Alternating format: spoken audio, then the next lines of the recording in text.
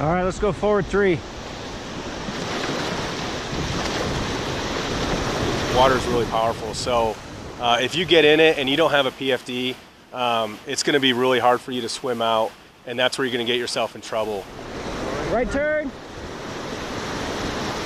We came down to Clear Creek to do our annual team training.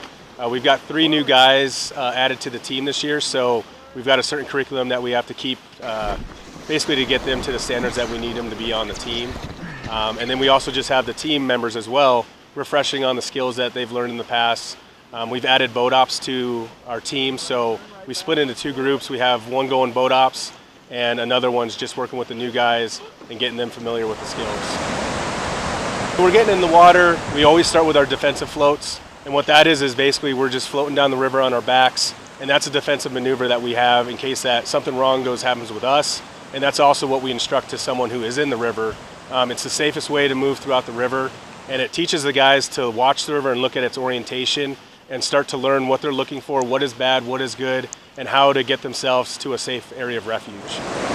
After that, we start working on more of our aggressive swims, and that's what we use to get ourselves to an area of refuge like an eddy, and also in our rescue mode. So that's how we begin off, just to get guys in the water, get their confidence up again.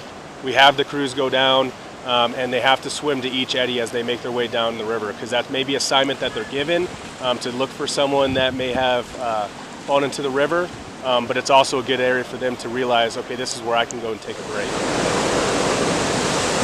It's all team effort. There is a little bit more individual effort that comes in this, because when we have a guy in the water, it's your skills that are going to get you to that area of safe refuge and to make that rescue. And that's why we come down to Clear Creek. We get a little bit of higher flow in this area, and the water's a little more powerful down here than we're used to up in the Platte. However, if there's a case in the Platte, it's more likely that it's going to be at flood stage waters, and this is the type of water that we're going to see in the Platte, so it gets us ready for those bigger events that may happen. Forward 3. Right turn, right back, left forward. We get a couple calls a year that we have to do it. A lot of times it's people, they go out in the river and they go to one of the side of the banks throughout the day, and the water rises, and now they can't get across to where they first got in. So that's most likely what occurs, is we're just trying to help someone get from one side of the river to the other. Flooding issues aren't as common, but that's what we're getting ourselves prepared for. Forward 3. When we're using the boat and we're using it as kind of like a boat operation, we like to have 4 members in there and then 1 guide. The guide is the one kind of looking at the whole river and making out the calls, because that's a huge team effort, and if guys aren't paddling in the right direction, then it's not going to work.